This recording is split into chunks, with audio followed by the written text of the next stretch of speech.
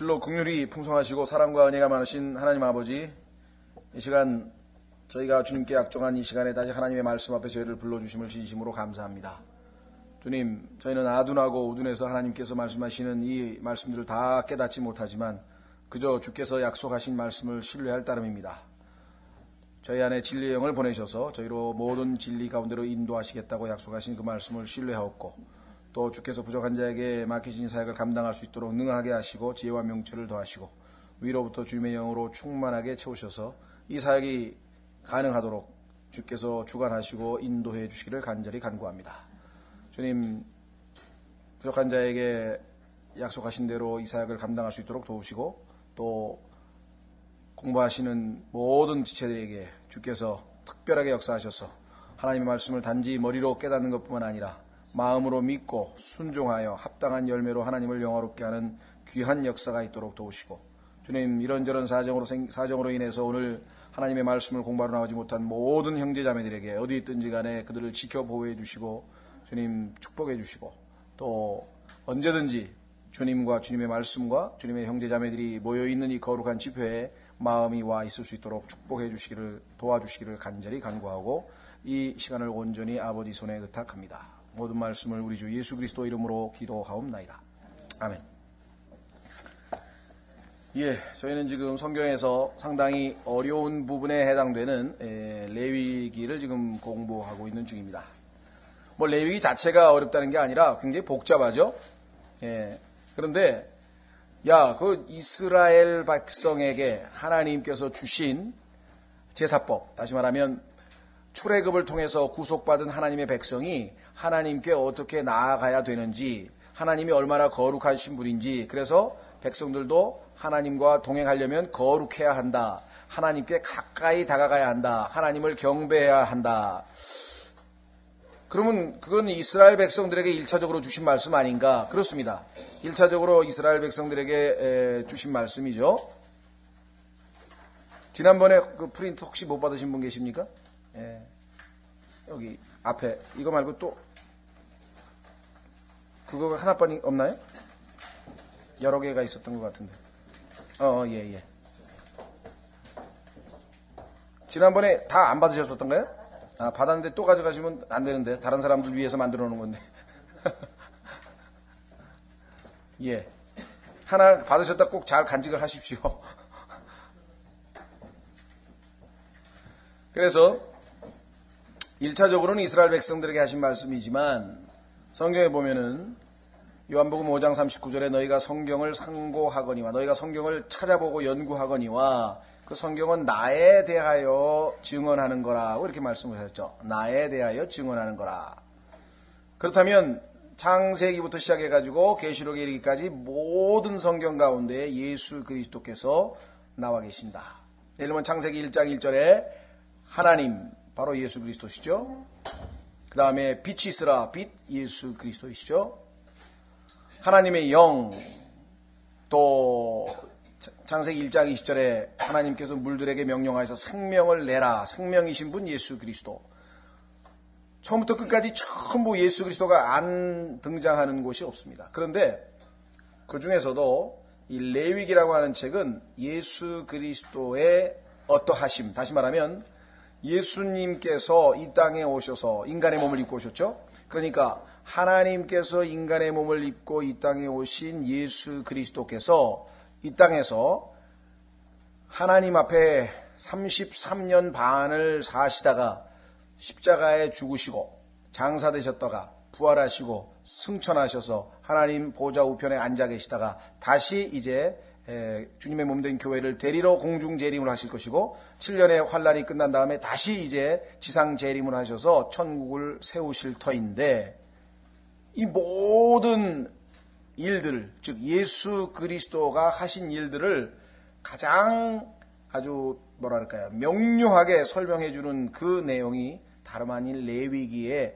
헌물들, 하나님 앞에 바쳐진 여러 제물들, 우리가 옛날 성경에 제물이라고 했고 우리가 헌물이라고 그러죠. offerings, 하나님 앞에 바쳐진 그 제물들 5가지가 나와 있네요. 우리가 지난번에 첫 번째 살펴봤던 것이 태우는 헌물, 옛날에는 번제라고 했죠. 한자 번제, 태우는 헌물. 두 번째는 음식 건물, 그걸 소재라고 이제 한자말로 얘기해요. 소재. 그 다음에 세 번째는 화평 건물, 그래서 그걸 화목제물이라고 옛날에는 얘기했었죠. 화평 건물. 그 세 가지를 우리가 봤고, 그 다음에 오늘 우리가 시간이 되면 두 개 다 보고, 아니면 가장 죄인들에게 크게 어필하고 밀접한 속죄제, 우리말로 지금 우리 현재 성경에서는 죄 헌물, 이렇게 돼요. sin offering, 죄 문제를 해결하기 위해서 바쳐진 헌물. 그래서 우리말로는 죄 헌물. 그 다음에 범법 헌물, 옛날에는 이걸 속건제라고 했는데요. 속건제. 한자말도 어렵죠. 번제, 소제, 그 다음에 뭐 화목제, 그 다음에 속죄제, 속건제. 그래서 야, 그렇게 복잡하냐 그러는데요. 하나님은 간단하신 분이 아닙니다. 하나님은 우리 인간 안에다가 무려 80조개가 뭐 70조개라고 하는 사람도 있고 80조개라고 하는 사람들이 있는데 누가 맞는지 모르겠어요. 하여간 70조개가 넘는 세포로 인간 하나를 만들어 놓으신 거거든요. 그러니까, 그런데 그 세포 하나에 세계가 또 소우주처럼 얼마나 복잡하게 뭐 미토콘드리아가 있고 뭐가 있고 DNA가 있고. 그러니까 하나님은 간단하게 이해가 될 수 있는 분이 아니에요. 믿는 거는 간단하게 믿을 수 있어. 신뢰라고 하는 것은 이해하지 못하더라도 믿으면 되는 거니까 신뢰. 그러니까 하나님께서 원하시는 것은 단순히 맹목적으로 신뢰하는 것을 떠나서 하나님이 어떠하신 분임을 알고 믿는 것을 더 기뻐하시고, 알아야 더 깊게 믿을 수가 있죠. 무조건 믿는 거하고 알고 믿는 거하고는 차이가 있을 거 아니겠습니까? 자, 그래서 우리가 얼핏 보니까 창세기에서 타락한 인간이 죽을 수밖에 없는 운명에 놓여 있고, 출애굽기에서 하나님께서 그 죽을 수밖에 없는 운명에 놓여 있는 인간들을 6월절 어린 양의 그 피를 통해서 구속을 하셨다 이게요. 그러면 우리에게 영적으로 적용하면은, 그렇죠, 우리가 죄 가운데서 죄를 짓고 성경대로 하면 죄를 물 마시듯이 먹고 마시고 이렇게 살던 죄인들, 하나님의 뜻에 전혀 부합되지 아니하고 살고 있던 죄인들이 예수 그리스도 앞으로 나와서 그 보배로운 피로 죄 씻음을 받고 하나님의 자녀가 되었다. 그 다음 이야기예요. 레위기라고 하는 책은. 그러니까 레위기라고 하는 책은 세상으로부터 죄로부터 구속받은 백성이 하나님 앞에 어떤 삶을 살아야 되겠느냐. 왜? 신분이 바뀌었잖아요. 과거는 죄인이니까 죄인은 어떻습니까? 자기의 육신의 욕망을 따라, 이 세상의 패션을 따라, 이 세상의 스타일을 따라, 이 세상의 사고방식을 따라 똑같이 살아가면 되네요. 그런데 예수 그리스도를 믿고 죄 씻음을 얻고 우리 안에 하나님의 성품이 우리 안에 들어오게 되고 우리의 죽은 영은 살아나고 하나님의 아들로 신분이 됐고 예수 그리스도께서 내 안에서 인도자가 되시고 성령께서 나를 인도하고 계시고 이 어마어마한 일들이 그냥 한꺼번에 지금 일어났는데 그 모든 가능성은 어디에 있느냐? 우리 안에 들어와 있는 영원한 씨앗. 그 씨앗이 이제 열매 맺기까지 가는 거라 이 말이죠. 그렇죠?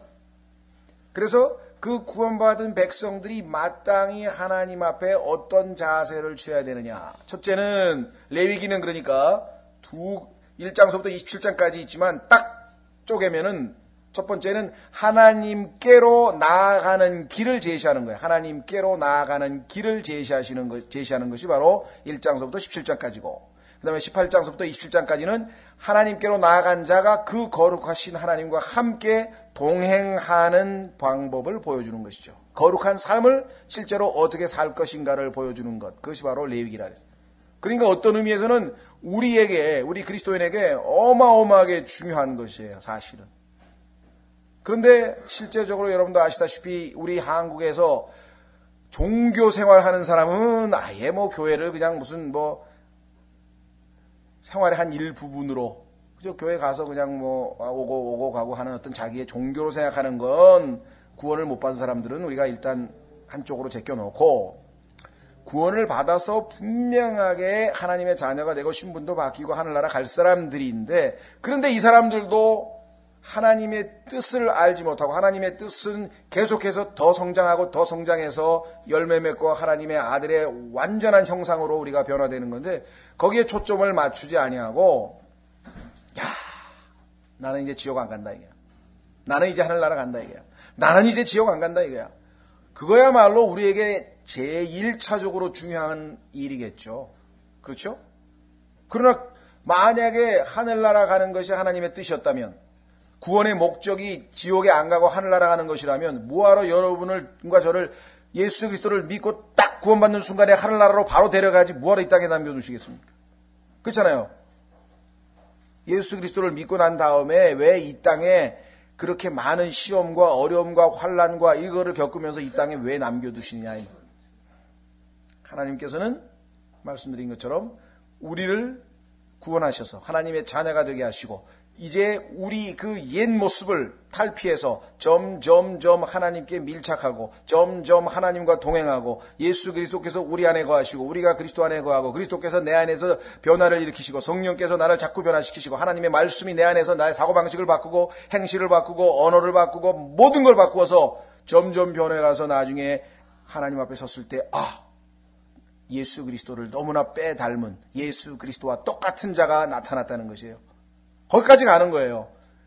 그러면은 그 목적이 확실한 사람은, 하나님께서 나를 구원하신 목적은 이 땅에서 나를 때로는 시련을 주시고 때로는 고통을 주시고 때로는 즐거움도 주시고, 하여간 뭘 주시든지 간에 그 궁극적으로 합력해서 선을 이루고, 궁극적인 선이 뭐냐? 그것은 나로 하여금 예수 그리스도의 형상으로 만들어 놓으시는 것이구나.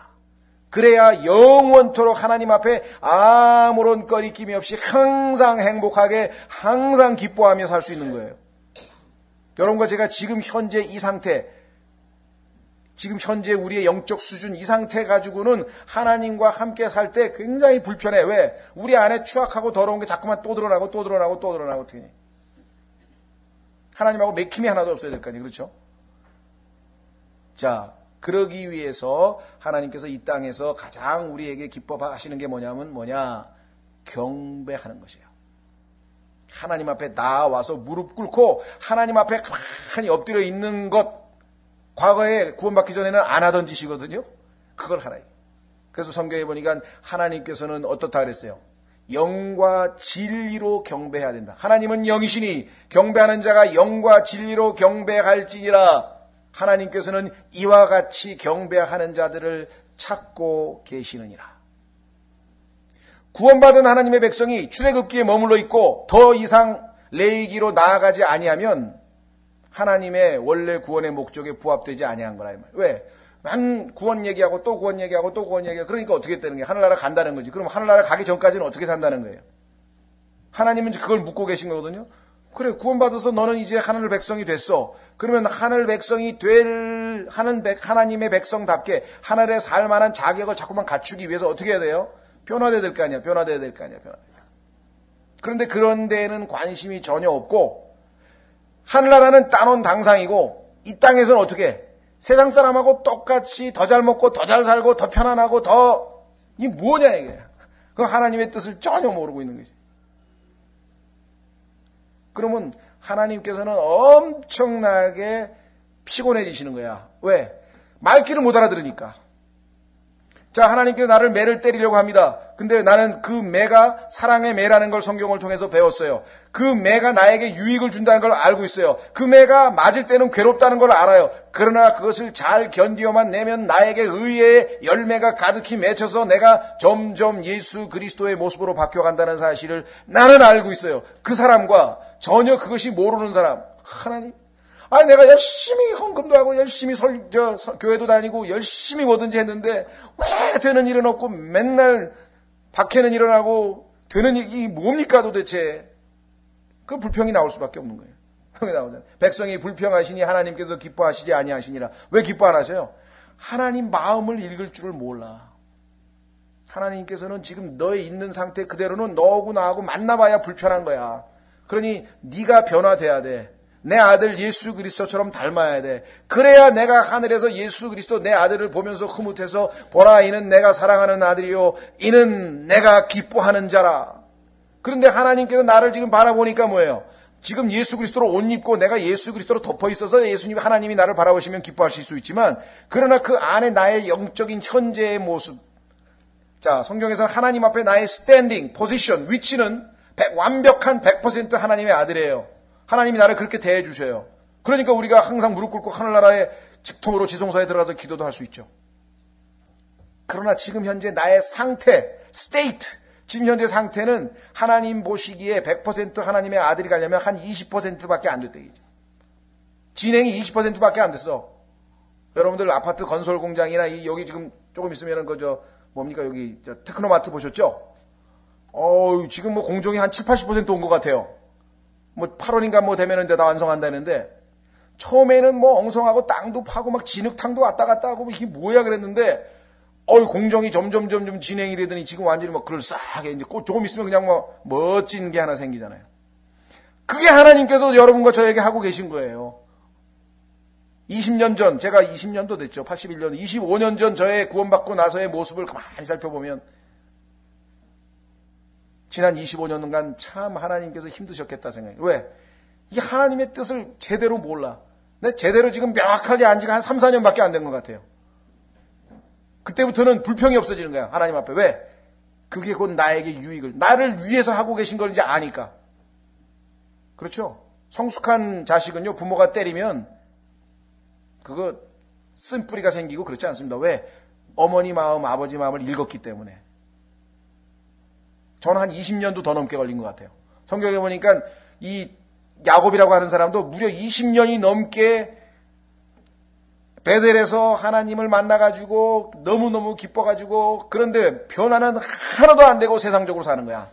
외삼촌도 속여먹어. 부인 보니까 레아보다는 라헬이 딱 보니까 예뻐. 그래서 라헬을 부인으로 얻으려고 했다가 외삼촌한테 속여가지고 또 처음에 레아를 얻었다가 그 다음에 또 그럴 때 또 부인 둘이서 애기를 못 나니까 뭐 자기 몸쪽을 줘가지고 부인을 또 4명으로 늘렸다가 막 그 다음에 또 동생이 보니까 언니는 애기를 낳는데 자기는 애기를 못 낳으니까 또 언니 아들한테 조카한테 시켜가지고 야 가서 저기 요즘에 보니까 뭐 좋은 한약재 있다더라. 한재 재워라.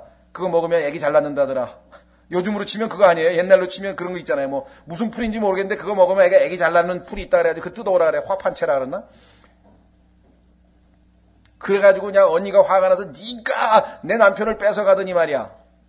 내 남편을 뺏어가더니 이제는 내 아들까지 부려먹고 말이야. 너 뭐 하는 거냐 그랬더니 동생이 한다는 소리가 좋다 이거야. 대가를 지불하겠다 이게. 오늘 내 남편이 나한테 안 들어오고 당신한테 빌려주겠다 그래가지고 또 야곱은 어떻게 해?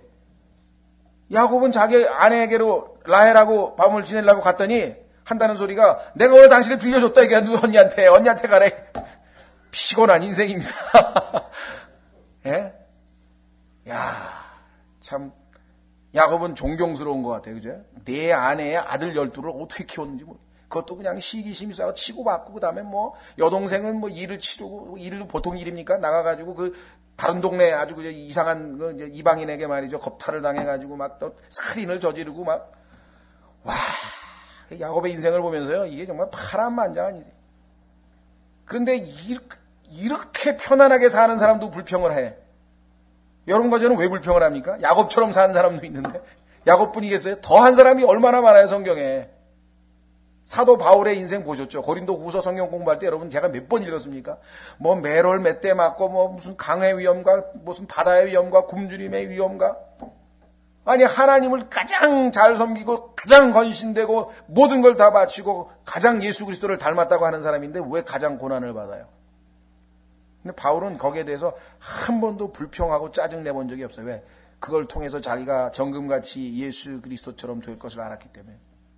그래서 이 레위기라고 하는 책이 사실은 영적으로 one step upgrade, 한 번 더 나아가는데 결정적으로 중요한 책입니다. 그래서 이 레위기에 나와 있는 예수 그리스도, 이 대사, 이 헌물 5가지를 통해서 예수 그리스도가 하신 일을 깊이 있게 묵상하면서 보면요. 영적으로 체험이 많은 사람, 영적으로 주님과 20년, 30년 정도, 10년 이상 정도 경험한 사람들은 무슨 말인지 알아요. 근데 3, 4년, 4, 5년 경험한 사람은 알 것도 같고 모를 것도 같아요. 왜냐하면 자기가 실제로 그런 주님을 못 만나봤기 때문에.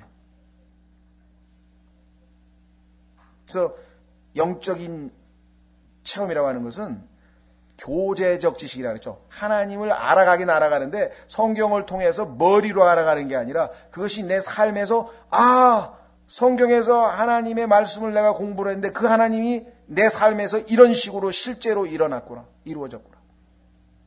야곱은요. 자기가 하나님께 형이 죽인다 그러니까 몰래 도망쳐가지고서는 가다가 하나님을 만나가지고 베델에서 가면서 내 고향으로 잘 돌아오게 되면 하나님 앞에 11조도 드리고 뭐 하고 막 서원을 하는 거예요. 근데 하나님께서는 신경 안 써요. 그렇게 하겠다. 근데 실제로 21년 후에 말이죠.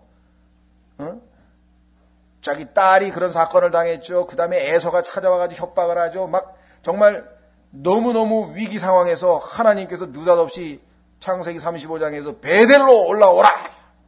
너 옛날에 21년 전에 나랑 만났던 그 장소로 다시 올라오라. 거기서 다시 하나님을 만나게 되는 거예요. 일촉즉발의 위기 상황에서.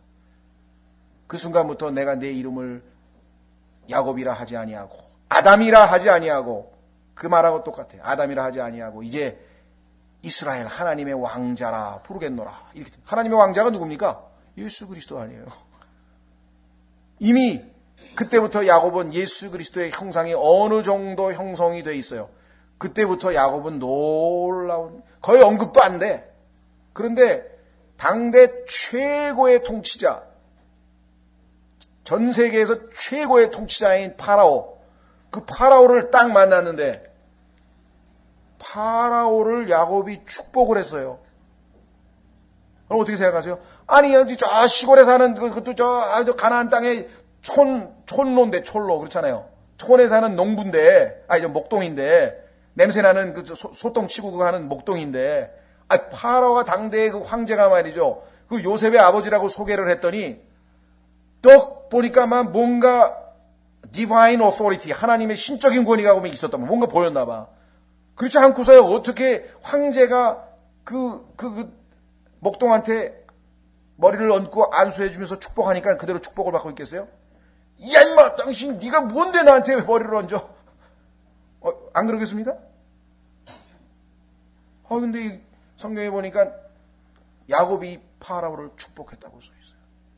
이제 야곱은 자기를 위해서 사는 인생이 아니라 다른 사람의 복을 전해주는, 다른 사람에게 축복을 전해주는 사람이 되어버린 거예요. 성경에 보니까 더 나은 자가 더 낮은 자에게 축복하느니라. The better. 여러분 이 세상에 어떠세요? 야곱과 파라오를 한번 비교해 보면은 당시에 어떻겠습니까? 세상 사람들이 보면 야곱은요, 저 어디 저 무슨 네팔 어디, 네팔에 하면 좀 네팔 사람 없죠? 그것도 뭐 이명박 씨도 막 말 실수해가지고 여기저기서 터지던데 나도. 하여간 어디 저 무슨 안 보이는 시골 동네 거기서 목동하던 사람이야. 냄새 풀풀 나고. 나이는 140이 다 돼가지고 막 다 늙어가지고. 그런데 황제하고 비교해보면 누가 더 나아요? 황제가 낫죠. 근데 하나님 보시기에는 뭐야? 야곱이 더 베터야. 어떻게 알아? 더 나은 자가 lesser, 더 작은 자를 축복하는 법이라고 히브리서에 써 있잖아요. 하나님 말씀에. 여러분 어떠십니까? 이 노무현 대통령하고 저하고 비교해보면 게임이 안 되겠죠. 그죠? 노무현 대통령이 훨씬 더 낫겠죠. 그런데요, 노무현 대통령은 저를 위해서 기도하는지 안 하는지 모르 저는 노무현 대통령을 하나님께 축복해 주시라고 기도하거든요. 내가 더 높은 거예요. 하나님 보시기에 베터야. 여러분 별 볼 일 없는 것 같아도만 여러분이 여러분 주위에 있는 이웃을 위해서, 여러분 윗집에 부잣집 사장님을 위해서 기도하면요, 여러분이 더 나은 거예요. 베터. 생각해 보셨어요? 그 과정의 첫걸음이 뭐냐? 하나님 앞에 나아가서 무릎 꿇고 앉아 있는 거. 그게 경배예요. 이 레위기는 바로 경배의 책이에요. 그런데 문제는 뭐냐? 여러분과 제가 나아가면 하나님께서 받아주실 수가 없어요. 왜? 거룩하지가 않기 때문에. 하나님께 드려지는 것은 흠이 없는 헌물이어야 돼. 절대적으로 완벽한 헌물이어야 되는데 여러분과 저는 흠도 너무 많고 이게 뭐 도저히 나가지 못해. 그거 어떻게 나아갈 수 있어요? 내 안에 계신 완벽하신 헌물이신 예수 그리스도께서 내가 하나님께 나아갈 때 나를 대신해서 번제 헌물로 드려지고, 나를 대신해서 음식 헌물로 드려지고, 나를 대신해서 화평 헌물로 드려진다 이 말이에요. 그러니 예수 그리스도에 대해서 사실 공부하고 하나님께 나아가는 경배에 대해서 공부하는 거예요. 야, 이 레위기라는 게 이스라엘 백성에게 하나님께서 복잡하게 무슨 제사법을 알려줘가지고 나랑 상관없어, 나는 세대주의자야, 뭐 구약의 율법하고 나하고 뭔 상관이야 그랬는데 알고 보니까 이 안에 어마어마한 내용들이 들어가 있구나. 그래서 사실은 이게 여러분들은 이제 뭐 여기 계신 분들 많은 분들이 꾸준히 대부분의 분들이 약 교회가 지금 10년이 됐기 때문에 10년 동안 하나님 말씀을 꾸준히 듣고 공부해서 영적으로 어느 정도 성숙했고 특히 토요일마다 거의 빠지지 않고 쭉 나오셨기 때문에 지금 충분히 소위 말하면 성경 말씀대로 따르면 고기에 해당하는 딱딱한 음식이죠. 단단한 음식을 여러분들이 먹으실 수 있다고 제가 이제 판단해서 성경 공부를 합니다. 저 자신도 과거에는 제가 다 한꺼번에 소화를 못하기 때문에 그저 관련 책만 내가 읽었지 그걸 가지고 직접 뭐 성경을 가르쳐 볼 엄두를 내지 않았어요.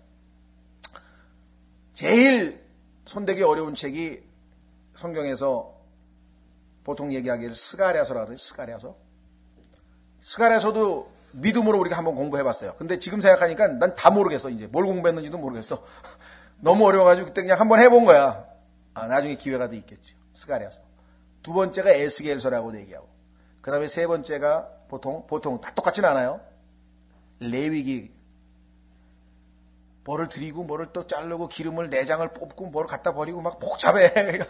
그죠? 레위기. 그 다음에 성경 전체의 지성소에 해당되는 책이 사실은 히브리서인데 이 히브리서의 내용과 레위기하고 밀접한 관계가 있어요.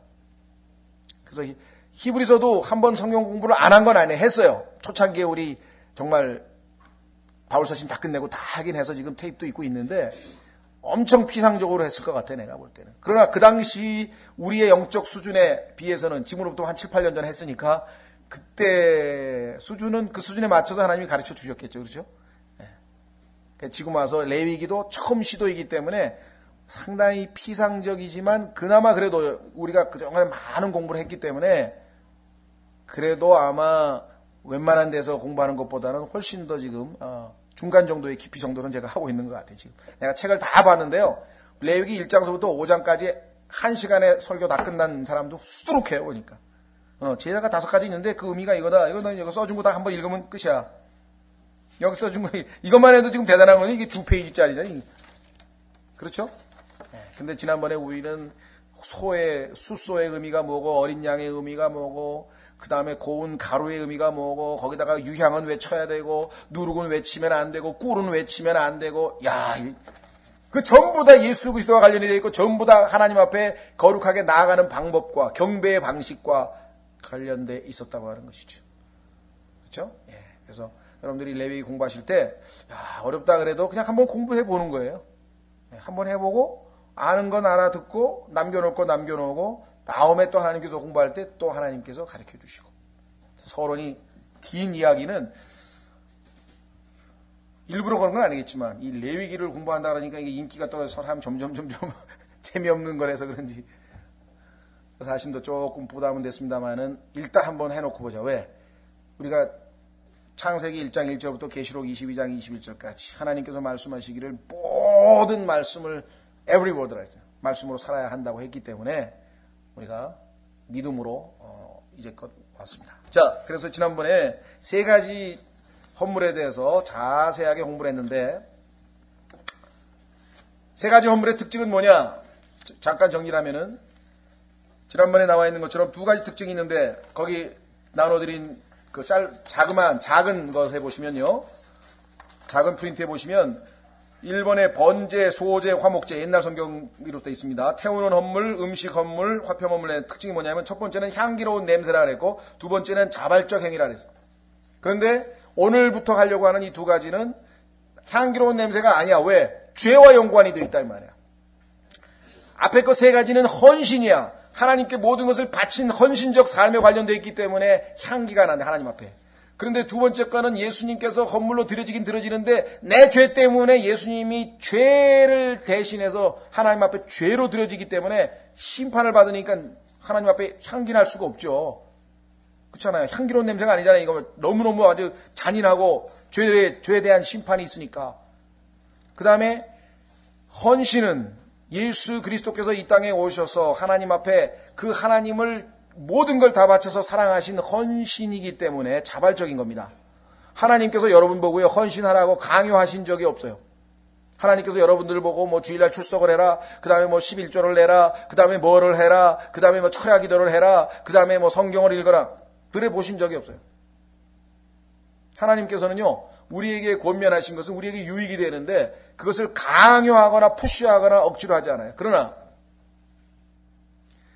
속죄죄, 다시 말해서 죄 헌물은요, 강제적으로 드려져야 돼요. 그게 안 드려지면 여러분과 저는 영원한 지옥이야. 끝이야, 끝. 그렇죠? 죄 문제는 반드시 해결하고 넘어가야 되는 거지. 이 땅에 있는 모든 사람들이 비록 헌신을 안 하고 이 세상식으로 살더라도 적어도 어떻게 돼요?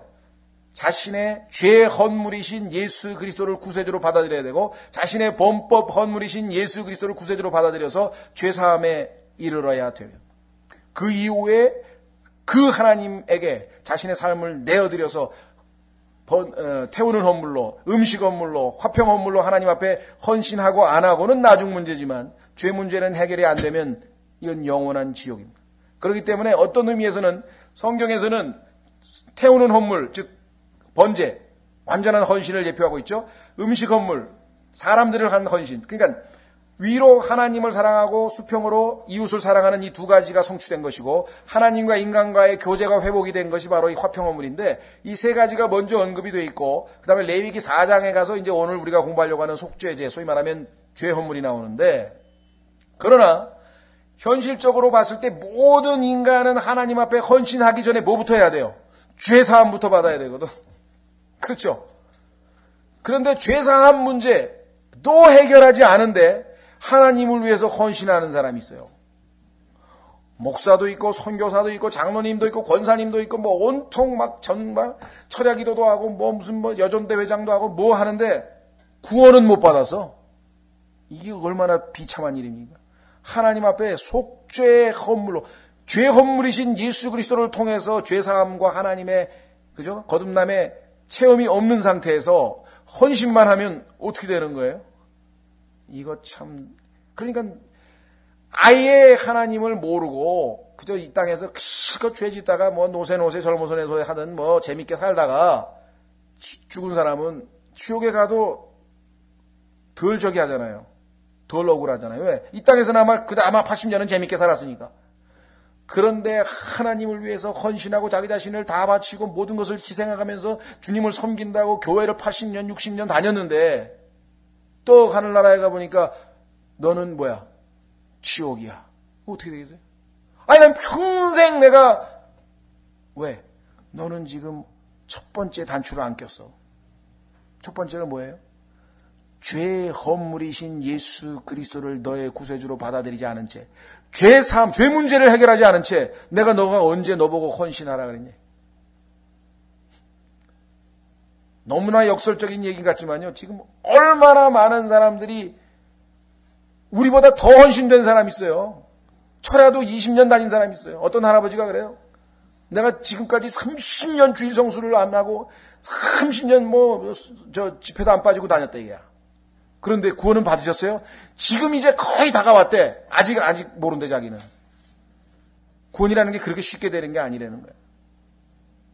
완전히 헌신으로 치자면 그분하고 저하고는 게임이 안 돼요. 그렇잖아요? 새벽기도, 철야기도, 시야.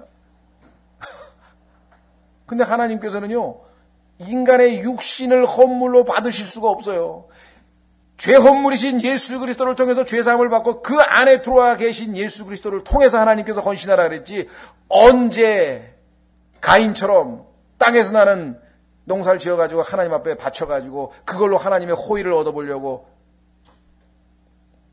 근데 기독교인들은 물론이고 여호와의 증인을 비롯한 몰몬교를 비롯한 모든 이단 종교는 물론이고 불교, 마호메트교 모든 종교가 다 뭐예요?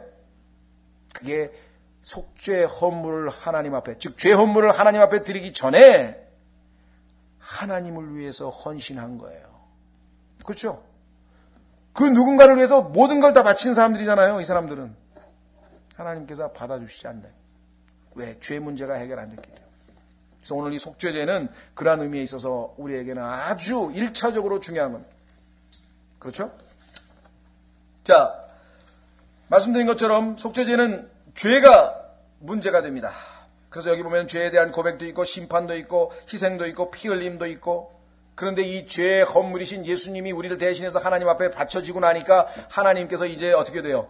죄를 속하시고 흠집도 제거되고 용서된 상황에서 하나님이 예수 그리스도를 우리를 대신해서 죄 헌물로 받아주셨다는 것이에요. 그래서 우리를 더 이상 이제 심판하시거나 정죄하시거나 벌 내리실 필요가 없게 되셨어요.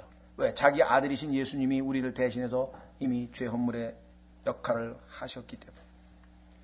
만약에 아담이 범죄하지 아니하였더라면 예수 그리스도께서 하나님 앞에 십자가에서 죽으시더라도 번제 헌물이나, 그죠? 태우는 헌물이나 음식 헌물이나 화평 헌물로 드려지었을 진정 이 죄 헌물로는 드려질 필요가 없죠. 아담도 죄를 안 지었더라면. 그러나 아담은 분명하게 성경에 보면 죄를 지었습니다. 확인해 보겠습니다. 로마서 3장 23절. 로마서 3장 23절에 보시면 모든 사람이 죄를 범하였다고 했습니다. 인간은 죄인으로 태어났고 그 다음에 모두가 죄를 지었습니다. 그렇죠? 자, 확인해 보겠습니다. 로마서 3장 23절. 모든 사람이 죄를 지어, 여기 나와 있죠. 모든 사람이 죄를 지어 하나님의 영광에 이르지 못하더니. 이 구절을 볼 때마다 저는 이 성경은 하나님이 기록하셨다라고 하는 생각이 듭니다. 성경은 하나님이 기록하셨다고 하는 증거가 성경에 사실 여러 가지가 있는데요. 그 중에 예를 들면, 유대인들의 조상인 아브라함과 그 다음에 그들의 조상인 모세의 수치스러운 내용들을 성경이 다 기록해놨잖아요. 창피스러운 모습 다 기록해. 우리는 그런 거 없죠. 인간이 있었으면 그런 자기 조상들의 수치스러운 죄악된 모습을 성경에다 기록할 리가 없어요. 그건 하나님이 기록하셨다. 그 이외에도 성경에 하나님께서 기록하신 증거를 우리가 얼마든지 될 수 있지만, 그 중에 하나가 저는 이 구절이라고 생각해요. 만약에 내가 썼으면 어떻게 썼냐면요. 모든 사람이 죄를 지었으므로 하나님의 심판을 받아야 하나니. 저는 그렇게 썼을 것 같아요. 그렇잖아요. 인간은 죄하면 뭐예요? 심판. 죄, 그럼 뭐야? 벌. 오죽하면 죄와 벌이라는 소설까지 있겠어요. 죄와 벌. 죄하면 벌이잖아요. 죄 졌어? 벌 받아. 근데요, 하나님은 우리하고 생각이 틀리셔요. 하나님은 죄하면 무슨 생각이 떠오르냐면요. 인간과 하나님 사이의 분리.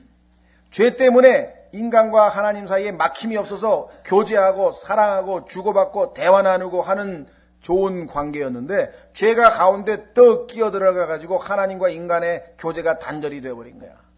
왜? 하나님은 순결하시기 때문에 차마 악을 보지 못하시는 분이기 때문에 인간 안에 죄가 들어있을 때는 죄인인 인간을 하나님은 쳐다보고 기뻐하실 수가 없는 거야. 만나고 싶지가 않으신 거야. 식사도 같이 하기 싫다 이거야. 그렇죠? 그뿐만 아니라 하나님은 성경에 보니까 영광스러운 분이시잖아요. 그러면 인간이 하나님과 함께 있으면 어떻게 됩니까? 영광스러워지는 거죠. 여러분들 안 그래요? 그래서 외국에서 손님이 오면 항상 뭐라고 얘기, 누구랑 만나려고 그래요? 대통령 만나가지고 사진 한 장 찍으려고 그러잖아요. 그죠? 왜 청와대에서 초청받아가지고 간 사람들 전부 다 왜 대통령하고 사진 한 방 찍습니까? 그 사람하고 같이 옆에 있었다 이거야. 그게 그렇게 영광스러운 거예요. 집안 대대 가문의 영광이야. 집에다가 탁 사진 붙여놓고요. 어떤 사람은 대통령하고 악수한 다음에 한 달 동안 손도 안 씻었다 그러잖아요. 너무나 영광스러워가지고 이 대통령하고 손잡은 손이라 이게 무슨 말 이해가 되십니까? 그런데 하나님과 함께 한다면 얼마나 영광스럽겠어요. 그래서 하나님께서는 하나님의 영광을 나누어 주려고 했던 그 대상인 인간이 죄를 지어서 그 하나님의 영광을 함께 공유하지 못하고 관계가 단절된 그것이 마음 아프신 것이에요. 그래서 성경에 나와요. 모든 사람이 죄를 지었으므로 하나님의 영광에 이르지 못하더니. 이건 하나님이 쓰신 책이다. 인간이 썼으면 어떻게 씁니까? 모든 사람이 죄를 지었으므로 하나님의 심판을 받아야 하나니. 이렇게 쓴다니까. 여러분과 제가 썼으면 틀림없이 그렇게 썼다고. 이해가 되세요? 네. 자, 어쨌거나 죄인이기 때문에 우리는 우리를 대신해서 누군가가 죄의 헌물을 하나님께 바쳐야 돼요.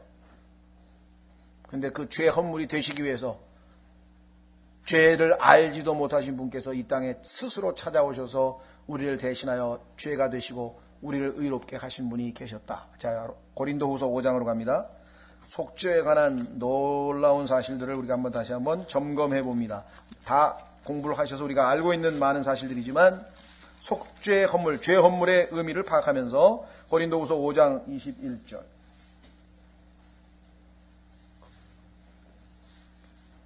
하나님께서 죄를 알지 못한 그분을 우리를 위하여 죄가 되게 하신 것은, 성경에서 가장 아주 극단적인 얘기 중에 하나예요. 보통은 예수님이 우리를 대신해서 죄를 짊어졌다고 성경에 써있는 구절이죠. 근데 여기는 죄를 짊어진 정도가 아니라 아예 죄가 되셨대. 죄. 예수님이 죄야, 죄. 왜 그렇습니까? 온 우주에 있는 모든 죄를 전부 다 예수님 위에다 올려놓으면 어떻게 되겠어요? 수백억, 지금까지 인간이 태어난 사람이 몇인지 모르겠어요. 어떤 사람은 인류의 모든 그 인간들을 갖다가 몇천억이 된다, 몇백억이, 어떻게 계산하는지 모르겠는데, 인구학적으로 계산해보면 나오겠죠, 수학적으로. 잘 모르겠어요. 한 1000억 명이 살았다고, 아니면 1조, 지금까지 인류 역사 동안 1조 명의 사람이 살았다고, 아니면 1000억 명의 인간이 살았다고 우리가 가정을 해볼 때, 한 사람당 죄를 몇 개나 지었을 것 같습니까, 여러분들? 여러분이 태어나면서부터 지금까지 지은 죄가 몇 개일 것 같아요? 그가 아마 톤으로 달아도 그냥 엄청나게 무게가. 1인당 1톤만 해보세요. 그럼 1조 톤의 죄를 예수 그리스도 위에다 올려놓으면 어떻게 되겠어요? 뼈에까지 다 스며들어가서 아예 예수님 자체가 죄덩어리가 되어버린 거예요. 그 얘기예요. 하나님이 예수님을 죄로 만드셨다는 거야. 얼마나 압축하셨겠어요. 온 우주 만물의 죄를 전부 다 예수님이 올려놓고 완전히 압축을. 목적이 뭡니까? 우리가 그분 안에서 하나님의 의가 되게 하려 하심이라. 우리를 의롭게 하기 위해서 하나님께서 자신의 아들을 죄가 되게 하셨다는 것. 우리가 믿고 있는 하나님이 이런 분이시라는 거예요. 근데 어떻게 이런 하나님을 의심하고 이런 하나님께 불평을 하고 이런 하나님께 뭐가 할 말이 있습니까? 우리가 참으로 우리가 봐도 무모하죠. 그렇죠? 감사 이외에 하나님께 뭘 더 바라야 할 수 있겠어요. 그런데도 조금만 힘들면 주야 어쩌다가 이런 일이 나에게 일어나옵니까? 이른다고. 그렇죠? 나중에 가면은 창빛으로 너무했다. 아니 나를 위해서 자신의 아들을 죄가 되게 하셔서 그렇게까지 나를 사랑하시는 분을 내가 나한테 그것도 나의 유익을 위해서 조금 힘든 일을 줬는데 그걸 가지고 그냥 막 원망을 하고 막 낙담을 하고 실망을 하고 억울해하고 막 그죠? 하나님을 알아가면 알아갈수록요 성숙하면 성숙할수록 말수가 적어져요. 왜? 하나님이 하시는 일이 다 옳으니까 고개만 끄덕이면 되잖아. 아멘. 에이멘. 에이멘. 할 말이 없더니 뭔가 뭘 모르면 하나님 아버지 그럴 수가 있습니까? 그렇죠? 자식도 마찬가지. 어린애는 그냥 아버지한테 뭘 따지는 게 맞아. 이렇고 저렇고. 근데 점점 가보니까 아버지가 다 맞고 자기가 다 틀려. 그러니까 우리 아버지가 하시는 게 맞아. 아멘, 아멘, 아멘. 예? 자, 그래서 한번 확인해 보겠습니다. 특징이 뭐냐? 죄 헌물은 첫째는 흠이 없어야 돼요. 만약에 예수 그리스도께서 단 한 번이라도 죄를 지었다면 예수님은 우리를 위한 죄 헌물이 될 수가 없어요. 왜? 자기 죄값을 갚아야 되니까. 예수님이 태어날 때에는 성령으로 잉태하셨죠? 아담의 죄성을 물려받고 태어나지 않으셨어요. 그러니까 태어날 때는 문제가 안 되는데 태어난 이후에라도 만약에 단 한 번의 죄를 지었다면 예수 그리스도는 흠이 있는 존재가 되고 그렇게 되면 하나님 앞에 흠 없는 죄 헌물로 드려질 수가 없다는 것이. 우리는 정말 대단하신 분을 구세주로 모시고 있는 거예요. 그분이 내 안에 들어와 계시기 때문에 내가 그분을 의지하고 믿기만 하면 단 한 번의 죄를 짓지 않을 수 있는 그런 분이 내 안에 들어와 계신 거예요. 그런데도 불구하고 어떻게 그렇게 쉽게 죄를 짓습니까? 미숙해서 성숙하지가 않아. 자기 욕심대로 하려. 내가 잘해볼, 그렇죠? 어린애일수록 아버지가 해줄게. 그러면, 안 해, 내가 할래요, 내가 할래요. 막. 근데 해놓으면 막 엉망이야, 엉망. 아버지께 맡겼으면 잘해줄 텐데, 맡기질 않아요. 자기가 하려고 그래. 이거를 독립정신이라 그래, 독립정신. 그리스도인은 뭐 항상 아버지를 의지하고, trust and obey. 의지하고, 순종하는 길은. 그거예요. 그게 우리가 가야 될 길이라. 자, 그래서 첫째, 흠이 없어야 된다. 두 번째는 향기가 나지 않아. 왜? 죄 문제를 다루고 있기 때문에. 그 다음에 성경에 이제 보면은 하나님 앞에 제단에서 태워진 게 아니라 제단 안에서 태워지지 못하고 진영 밖으로 저 바깥으로 쫓겨나가지고 죄를 내던지듯이 저 진영 밖에 나가서 예수님께서 성 안에서 십자가에 못 박힌 게 아니라 저 진영 바깥에 골고다에 가서 쫓겨나가. 왜? 죄니까. 죄는 내 던지잖아요. 죄는 버린단 말이에요. 하나님께서. 좀 이따 이제 살펴보겠습니다. 세 번째는 우리가 공부해야 될 것은 죄 헌물과 범법 헌물과의 차이가 무엇인가. 얼핏 보면은 비슷비슷한 것 같기도 하고 막 헷갈려요. 그 차이점을 우리가 공부하는 거예요. 자, 그럼 우선 첫 번째 공부하겠습니다. 자, 첫 번째는 흠이 없는 분이셨다. 예수님께서. 자, 말씀드린 것처럼 예수님은 이 땅에서 하나님 앞에 자신을 태우는 헌물로 완전히 헌신하셨어요. 하나님을 자, 어떻게? 마음과 혼과 생각과 힘을 다하여 사랑하셨어요. 그 다음에 이웃을 자신의 몸과 같이 사랑하셨어요. 그렇죠? 그래서 하나님이 보시니까 흠이 없어. 완벽하다. 33년 반 동안 한 번도 하나님의 뜻에 어긋난 적도 없고, 한 번도 하나님의 마음을 상하게 해드린 적도 없고, 한 번도 죄를 지은 적도 없고, 모르면서 죄를 지은 것도 없고, 33년 반 동안 이 땅에서 사시는 동안 항상 24시간 1분 1초도 하나님의 뜻을 어겨보신 적이 없는 완벽한 분이셨다는 거죠. 그래서 하나님께서 예수님이 딱 나타나셔서 내가 이들을 대신하여 죄 헌물이 되겠습니다 할 때 오케이. 다른 사람은 뭐예요? 모하메트가 나타나서 제가 한번 해보겠습니다. 안 돼. 부처가 나타나가지고 제가 한번 해보겠습니다. 안 돼. 왜? 죄가 덕지덕지 붙어있는데 뭐 흠투성인데 어딜 그 누가 죄인을 위해서 죄인이 대신 죽어줘요? 그럼 자기 죄 때문에 죽는 거지. 근데 예수님께서는 성경에 보니까 자기 죄 때문에 죽으신 분이 아니야. 유일하게 하나님 보시기에 죄 헌물이 되실 수 있는 자격을 획득하신 분. 딱 보셨을 때 완벽해. 죄가 없어.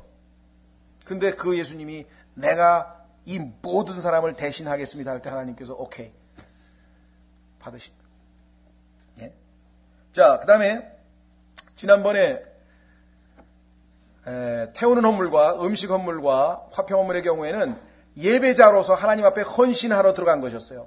하나님을 만족시켜드리기 위해서. 근데 이번에는 그게 아니라 죄인이 하나님 앞에 들어가는 거야. 예수님이 우리를 대신해서 죄인 노릇하고 있는 거야 지금. 차이점 아시겠죠? 앞에 나와 있는 새 제물과 속죄제와의 차이점을 아시겠죠? 자, 그래서요 예수 그리스도께서 창밖에 바깥으로 내던져지셨다는 사실 한번 확인해 보겠습니다. 자, 히브리서 13장 12절. 아하, 그래서 예수님께서 그러셨구나. 한번 확인해 보겠습니다. 히브리서 13장 12절.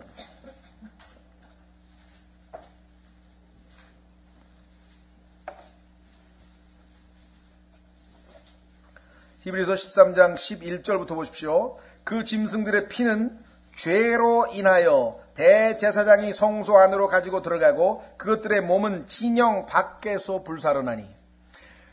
태우는 헌물, 음식 헌물, 화평 헌물은 전부 다 하나님 앞에 제단에서 불을 살렸어요. 하나님 앞에 향기로운 냄새로 쫙 올라가서 하나님이 흠양하시고 만족해 하셨다 이거야. 그런데 이번에는 그럴 수가 없어. 왜? 하나님의 임재 앞에서 태울 수가 없어. 죄야, 죄. 그래서 어떻게 했어요? 12절. 그러므로 예수님께서도 친히 자신의 피로 백성을 거룩히 구별하시려고 성문 밖에서 고난을 당하셨느니라. 자, 확인해 보겠습니다. 레위기로 갑니다. 레위기에 가면은 이 헌물은 하나님 앞에서 제단에서 태울 수가 없고 바깥으로, 진영 바깥으로 가지고 가서 태웠다고 성경에 기록되어 있어요. 아, 그 얘기가 히브리서의 그 말씀이구나. 확인해 보겠습니다. 레위기 4장.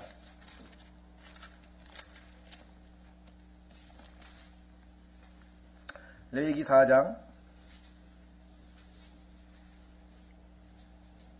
8절. 또 그는 그 죄 헌물 수소에서 모든 기름을 취할지니 곧 그는 내장을 덮은 기름과 내장 위에 모든 기름과 두 콩팥과 그것들 위에 기름 곧 허리 근방에 있는 것과 간 위에 거풀을 콩팥들과 함께 취하되 화평 헌물의 희생물 수소에서 취한 것 같이 할 것이요 제사장은 그것들을 번제 헌물 제단 위에서 태울 것이며. 자, 기름만 제단에서 태울 수 있어. 왜 그래요? 헌물 자체는 완벽한 것이기 때문에 기름만은 하나님 앞에서 태웠어.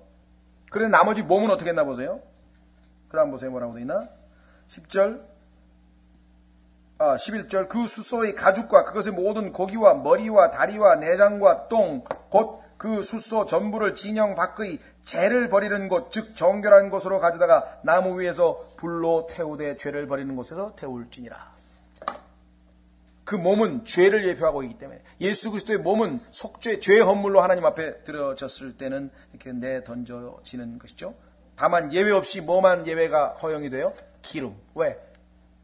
완벽한 헌물이시기 때문에 하나님 앞에 기름으로 바쳐지는 것이죠.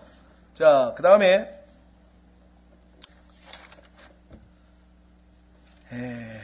한 가지만 하고 좀 쉬었다가 나머지 죄 헌물에 대한 특징을 하겠습니다. 자, 여기서 두 번째 한 가지 우리가 중요한 것은 뭐냐? 소위 말하면 속죄제와 속건제의 차이. 자, 여러분 나눠드린 그 프린트물에 보면요. 이분은 속건제와 속죄제의 차이를 잘 이해를 못했어요. 그래서 그 얘기가 별로 없어요. 깊이 있는 내용이기 때문에 잘 이해를 못해요. 자, 확인해 보겠습니다. 자, 레위기 제사들 거기 보시면 도표에 속죄제 히브리어로 뭐 이렇게 나오죠. 향기로운 냄새가 아닌 강제적인 행위. 5번 속건제 히브리어 뭐 아샴 뭐 나오고 향기로운 냄새가 아닌 강제적인 행위 나오죠. 자, 성경 구절은 알고 목적은 보세요. 차이를 몰라요. 이분은 부지 중에 저지른 죄를 속죄하기 위한 것으로 특히 손해배상이 불가능할 때 드렸다. 민수기 15장 30절과 31절을 보면 속죄제는 하나님께 도전적으로 반항한 경우에는 효력이 없다.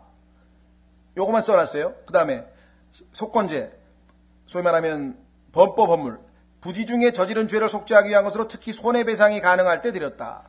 그러니까 차이점을 손해배상이 해야 될 경우는 범법 헌물이라고 불리고 손해배상이 할 필요가 없는 경우는 죄 헌물이라고 불렀다. 요 정도의 차이밖에는 지금 찾아내지는 못한 거예요. 그러나 우리는 성경을 통해서 조금 더 깊이 있게 좀 확인을 좀 해봐야 될 것 같습니다. 그것은 뭔가 하니 용어가 틀려요. 우리는 지금 죄라 그랬죠? 하나는 죄 헌물, 영어로 sin offering, 죄. 그 다음에 범법 헌물은 trespass offering. 그러면 sin하고 trespass라는 게 뭔가 죄는 죄야. 그런데 뭔가 차이가 있어. 그 차이를 우리가 지금 한번 확인해 보려고 하는데요. 그것은 굉장히 어떤 의미에서는 중요합니다. 자, 한번 제가 여쭤볼게요. 여기 계신 분들은 아마 복음에 대해서 상당히 정확하게 알고 계시기 때문에 아마 잘 아시겠지만, 자, 우리가 보통 죄를 지으면 죄인이 된다. 애들한테 한번 물어보세요. 야, 누가 죄인이냐? 아, 죄 짓는 사람이 죄인이죠. 그거가 맞습니까? 두 번째, 죄인으로 태어나면 죄를 짓는다.